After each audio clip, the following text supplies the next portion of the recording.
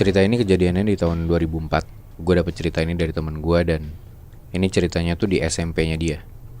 Di saat itu 2004. Ada seorang satpam yang kerja di SMP itu di daerah Jakarta Selatan. Gue nggak bisa sebut SMP-nya di mana. Oke. Posnya dia itu di bagian depan sekolah, ya udah pastilah ya.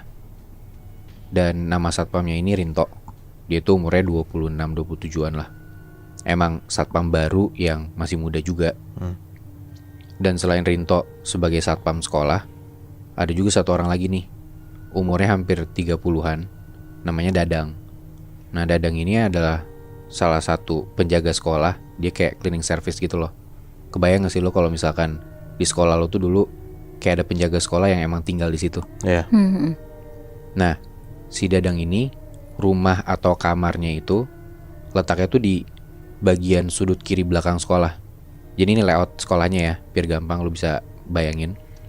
Jadi itu dari bagian depan, dari bagian posnya si satpam ini dari tengah bagian depan sekolah. Ya pasti dong, gerbang sekolah gitu kan.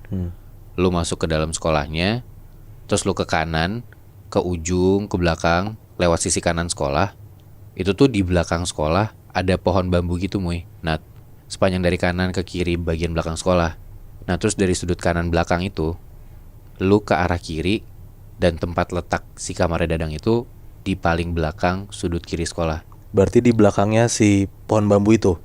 Betul, bisa dibilang gitu. Okay. Jadi kayak gampangnya ya di depan tuh pos satpam, terus di bagian belakang bagian kiri yaitu ada kamar si Dadang. Tapi ya buat menuju kamar Dadang lu harus muter lewat sisi kanan sekolah. Jadi gak bisa langsung gitu loh Muy. Nah, Dadang sama Rinto ini cukup dekat karena emang umurnya mereka gak beda jauh kan. Kayak cuman beda 3-4 tahunan lah. Jadi Rinto sebagai satpam yang baru tuh kalau misalkan mau makan siang atau dia bosen, dia tuh sering mainnya ke tempatnya si Dadang ini, ke kamarnya dia, buat kayak makan, nongkrong-nongkrong gitu. Karena si Rinto juga dia tuh satpam baru, belum setahun kerja di sekolah itu. Dia tuh banyak ngobrol lah tentang si sekolah ini sama Dadang. Karena bedanya Dadang tuh udah bertahun-tahun tinggal di sana. Nah, di saat itu sekolah tuh lagi ada renovasi Muy. Nah, jadi banyak kuli. Gak nginep sih karena gak dibolehin. Jadi bedengnya tuh deket sekolah itu, di samping tapi di luar area sekolah. Lo tau bedeng gak sih? Tahu. Kayak tempat buat tinggal sementara kuli-kuli gitu loh. Karena ya anak-anak SMP kan gak nyaman kalau misalkan ada bedeng atau rumah kuli itu di dalam area sekolahnya. Nah, di suatu malam Rinto tuh mau nginep di sekolah. Ya otomatis tidurnya sama Dadang dong, di kamarnya Dadang di bagian belakang sekolah itu.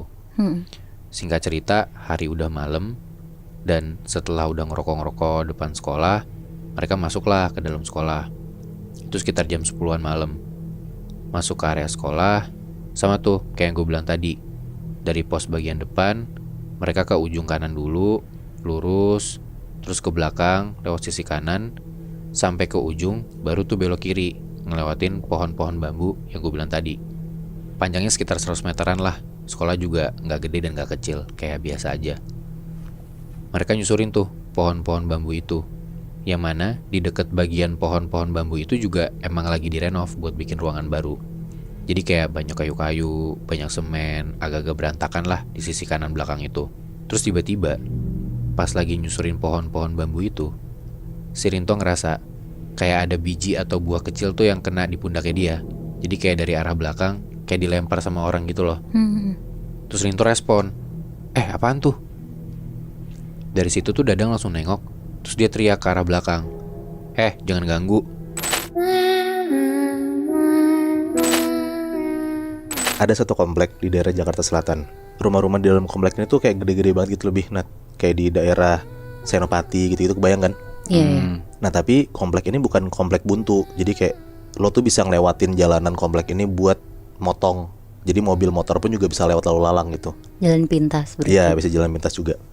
Nah, di sana ada satu rumah tua yang udah lama banget kosong. Orang-orang yang emang udah lama tinggal di sana pun juga udah kebiasa lah lewatin rumah ini malam-malam.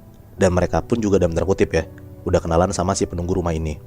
Sesapam-sapamnya pun juga udah biasa banget kalau misalnya lagi ronda malam-malam ngelewatin rumah itu. Jadi kayak orang-orang lama yang tinggal di komplek itu udah biasa lah akan kehadiran si rumah tua yang udah lama kosong ini. Oke. Nah, di komplek itu ada 4 sapamnya. Biasanya 2 pagi dan 2 malam shiftnya. Nah, ada satu waktu di tahun 2014, gue diceritain sama temen gue yang tinggal di komplek itu. Ada satu sapam baru gitu, Nat. Sapam muda, umurnya 24 tahun, namanya Agus kita sebut aja. Oke. Nah si Agus ini baru kerja jadi sapam di komplek itu pas di momen itu ya yang teman gue cerita tahun 2014 itu sekitar semingguan lah. 4 sapam lainnya ya senior-senior, bahkan ada 3 sapam yang emang udah jaga di sana sekitar 20 tahun. Karena si Agus ini masih baru, jadi selalu ditaruh di shift pagi sampai sore.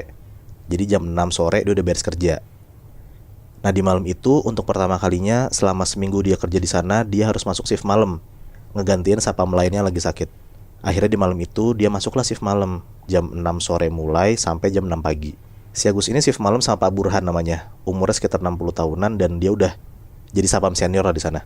Sekitar jam 8 malam, mereka masih di pos ronda, masih ngobrol-ngobrol sambil ngerokok, biasa ngobrol-ngobrol basa-basi.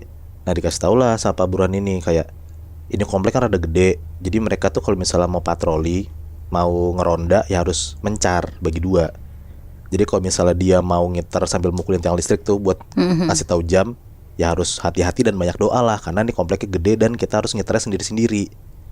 Maksudnya kan si Agus ini masih baru, ya pasti sebagai senior ya Pak Burhan ngasih tahu lah kayak beberapa cerita-cerita serem, atau kayak dikasih kayak kalau misalnya lo takut amit-amit kejadian apa-apa, ya lo tenang aja, lo harus gini.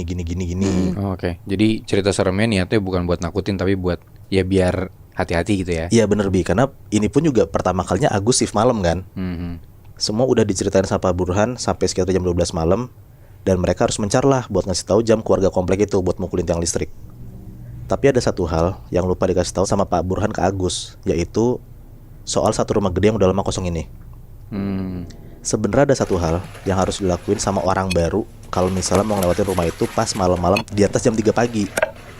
Kayak kalau misalnya ada orang cowok gitu ya, naik motor atau naik mobil pun kadang kalau misalnya ngelewatin rumah itu jam 3 pagi, kadang tuh kayak suka diganggu gitu loh sama si penunggu rumah itu. Apalagi si Agus yang harus nyetir tuh naik sepeda sendirian pula kan. Udahlah jam 12 malam mereka berdua sepedaan tuh mencar. Biasanya sekitar 10 menitan habis nyeterin komplek itu, sapam-sapam itu ketemuan lagi di pos ronda depan yang tempat mereka ngumpul pertama. Terus masuk jam berikutnya mereka nyeter lagi. Pokoknya gitu terus sampai jam 5 pagi lah. Nah pas di jam 12 malam mereka mencar, Agus tuh rada deg-degan sejujurnya, karena emang pada dasarnya dia penakut dan parnoan.